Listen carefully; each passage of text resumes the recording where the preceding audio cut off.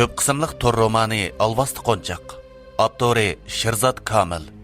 Mazkur asar Güzel Rivoyat Madaniyat tarqitish shirkati tarafidan ovozga ilinib, o'nchaq saloni va apchisida tarqitildi. Huquq berilmagan har qanday taratqu vositalarining xohlagancha ko'chirib tarqitishiga qat'iy yo'l qo'yilmaydi. Amgikimizga hurmat qiling.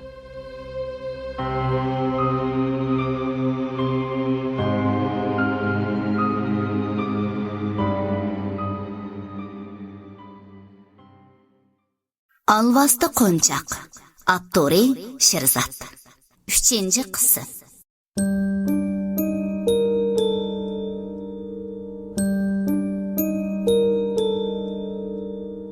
Abidaning do'stlari gazetni oldi. Ondan gazetning keyniga qarab, o'zlari izlayotgan biror narsani topolmagandek gangirab qilishdi. U vaqtda Almiraning sal ochchig'i keldi. İşenmesen özün qarab baqına, nädi sen degende xabar boludu.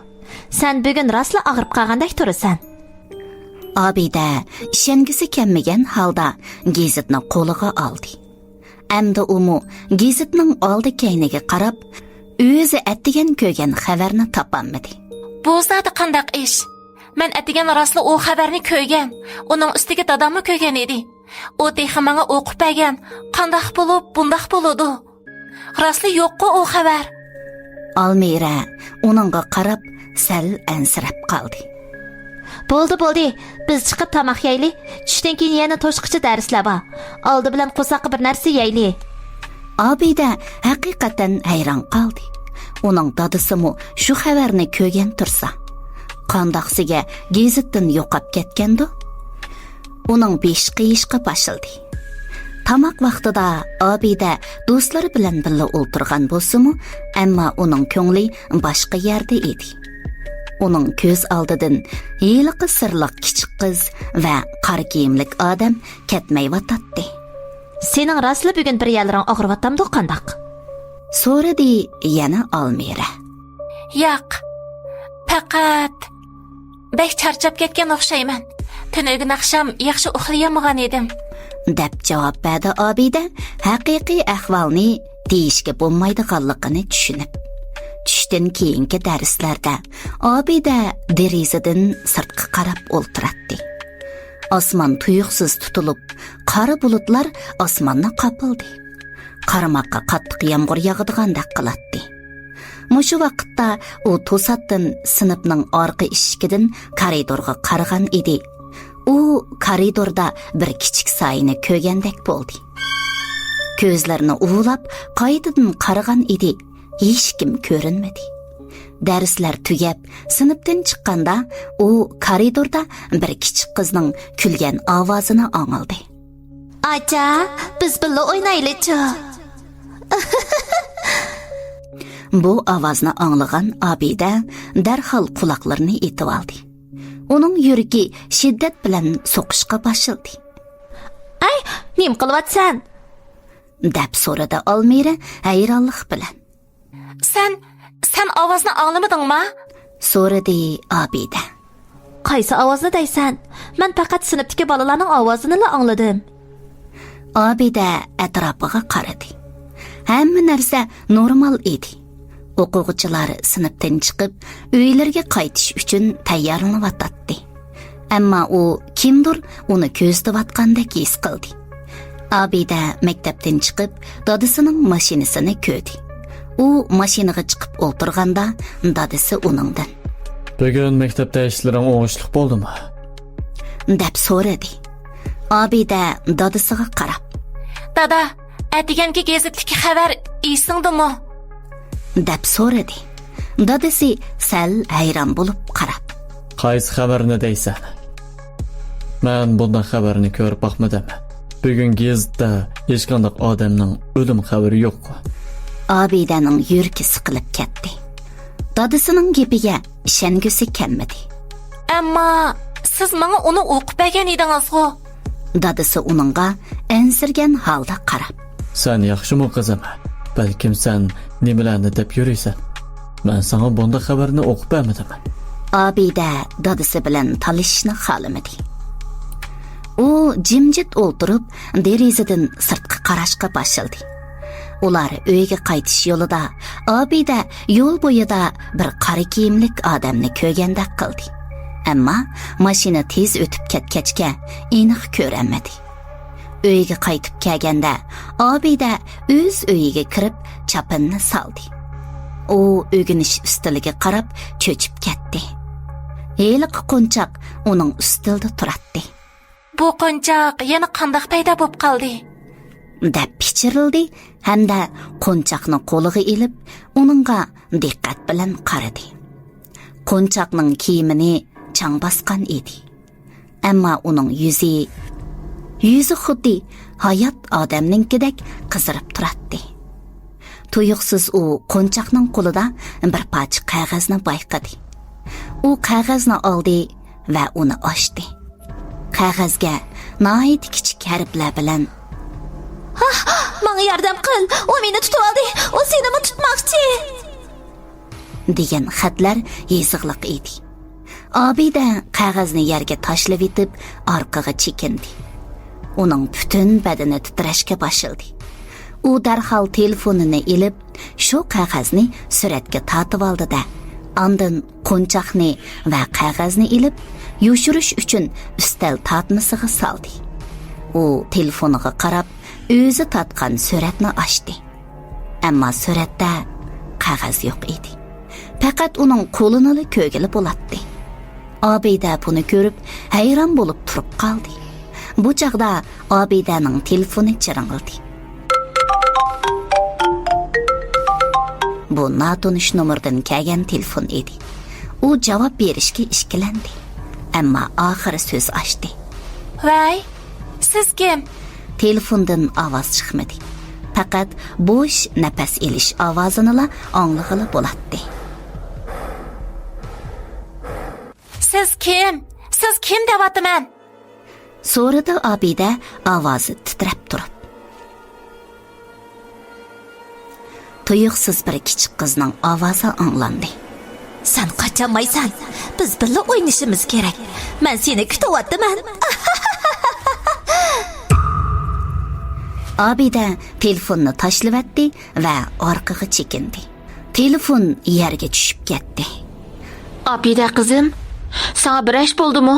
Uning opsining ovozi sirtdan anglandi. Obida eshikni ochib, Hech nima, apa. Faqat shu telefonim ehtiyotsizlikdan yerga tushib ketdi. uning opsi eshik oldida turib, Kechki tomoq tayyor bo'ldi. Kel, tomoqni yeb ol. Obida opsining keyindan oshxonaga mangdi. Ammo u orqasiga qaraganda uyning eshigi asta-asta yepilayotganligini ko'rdi. Xuddi birsi ichida qolgandek. Kechlik tomoqdan keyin Obida o'rganish qilish uchun yotoqqa qaytib kirdi. U ustal tatmisini ichib, qo'nchoqni izladi. Ammo qo'nchoq va qog'oz yo'qolib ketgan edi. Tuyuqsiz uning kompyuterining ekrani yorib ketdi. Ekranda bir yangi kelgan ilxat bor edi. Xatning mavzusida ogohlantirish deb turadi. Obida titragan qo'llari bilan xatni ochdi. Xat faqat birli jumla bor edi. Malikaning o'yini boshlandi. Orqangga qarama. Obida qo'qqinidan hujrasidagi chiroqni yoqib qo'ydi. U kompyuterni o'chirib etib, karavotida o'ltirdi. Uning qo'rqinishdan butun badani titraydi. U telefonini ilib, qora kiyimlik odamni qandoq tepishni o'yildi. Ammo uning ismini bilmaydi. Telefon nomerini bilmaydi. Tuyuqsiz Obida telefonining ekranida bir yangi uchurni ko'rdi. Notanish nomerdan kelgan uchur edi. Ustal ostiga qarang. Obida ustilining ostiga qarab bir kichik qog'ozni ko'rdi. U qog'ozni oldi. Uningda bir adres va bir vaqt yozilgan edi. Koni shahar kutubxonasi. At tushdan keyin soat 3. Qog'ozning ostida Sizga yordam qila olayman. Ammo dada opingizga hech nima demang. Obida qog'ozga qarab, buning yiliqi qora kiyimlik odamning xati ekanligini faraz qildi. u qog'ozni yoshirib qo'yib, atisi adresda yozilgan yerga berishni qaror qildi. Abida yotoq uyining eshigini qulflab, karvatiga chiqdi. U kechacha uxlayolmadi. Har bir kichik tevishga quloq silib yotdi. Yerim kechada Abida birsining ismini chaqirgan ovozini angladi. Ovoz sirtdan kelgandek bilindi. Abida eshikni och, men bek tog'lab ketdim. Abida o'rindan turib, deraza yeniga berib, sirtqa qaradi. Sirtda qattiq yomg'ir yig'vatdi. Derazaning oldida suv ichida bir kichik qizning aksi ko'rindi. Uning sochlari yo'l, kiyimlari yirtilgan edi. Eshikni och, men bek tog'lab ketdim. Qiz so'zini takrorladi. Ovoz shunchalik surlik edi. Abida derazani ching taqab, pardani tortib etdi. U quloqlarini etib elib, karvatiga chiqib, yotqanni beshig'icha yepib oldi. Faqat tang atquchi bardoshlik bersamli bo'ladi. Faqat tang atquchi bardoshlik bersamli bo'ladi. deb pichirladi o'z-o'ziga. Uzunga qolmay charchab ketgan Abida shu peti uyquga ketdi. Atsi atiganda Abida o'zini yelimi charchigandek his qildi. Ammo bugun kutubxonaga berish kerak edi. U ota-onasiga bugun maktabdan qo'yib bergandan keyin do'stlari bilan kutubxonaga bordiganligini aytdi. Maktabda bo'lsa, Abida beshining og'riqi sababidan ruxsat oldi. Shunda qilib Abida maktabdan chiqib, Ko'nishar kutubxonasiga qarab yo'l oldi. U kutubxonaga yetib borganda, bu ko'ni binoga qarab ozroq turib qoldi. Bu bino nihoyat ko'ni ko'rinadi. Abida ichiga kirib, ichida bir qancha odam borligini payqadi. Ammo qora kiyimlik odamni ko'rmadi. U bir ustalda o'ltirib, atrofiga qaradi. Bir ozdan keyin orqa tarafdan bir ovoz anglandi. Mening kaynimdan men ortiq gap qilma. Ortiq savol so'rama. Abida orqasiga qaradi va yiliqi qora kiyimlik odamni ko'rdi. U odam kutubxonaning orqa tarafiga qarab mangdi. Abida uning keyindan uningga agishib mangdi. Ular kutubxonaning orqa tarafidagi bir kichik uyga kirdi. Uyning ichi kitoblar bilan to'lgan edi. Ammo bu kitoblar odatdagi kitoblarga o'xshamaydi. Bu kitoblar qadimiy kitoblardek ko'rinadi. Endi so'zlasak bo'ladi, dedi qora kiyimlik odam eshikni taqab. Mening ismim Aziz. Men bu ishlarni tadqiq qilaman. Siz nimani tadqiq qilasiz? So'radi Abida. Arvohlarni, ruhlarni, odamlarga ziyon soladigan har qanday narsani. deb javob berdi Aziz. Men siz uchirgan arvohni uzun vaqtdan beri tadqiq qilyapman. Malikini tamsiz? O zodi kim? Menga tafsili aytib bera olamsiz? O ishlar buningdan 20 yil burun yuz bergan. Malika bo'lsa shunchalik baxtli oilada yashaydigan bir kichik qiz edi. O dada opasining birli farzandi bo'lg'ashqa, dada opasimi uniga shunchalik ko'ynatdi. Malika bo'yida xuddi haqiqiy malikadek cho'ng bo'lgan edi.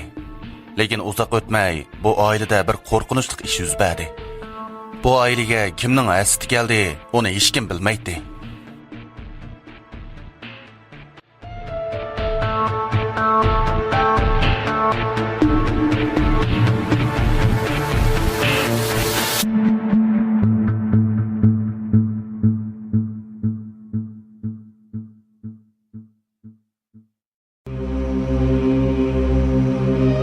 Ko'p qismliq tor romani Alvasti Qo'nchaqning bu qismi mush yerda tamomlandi. Yoqtirib anglag'iningizga rahmat. Bayonda To'xtigul. Dadisi rolida Hamda.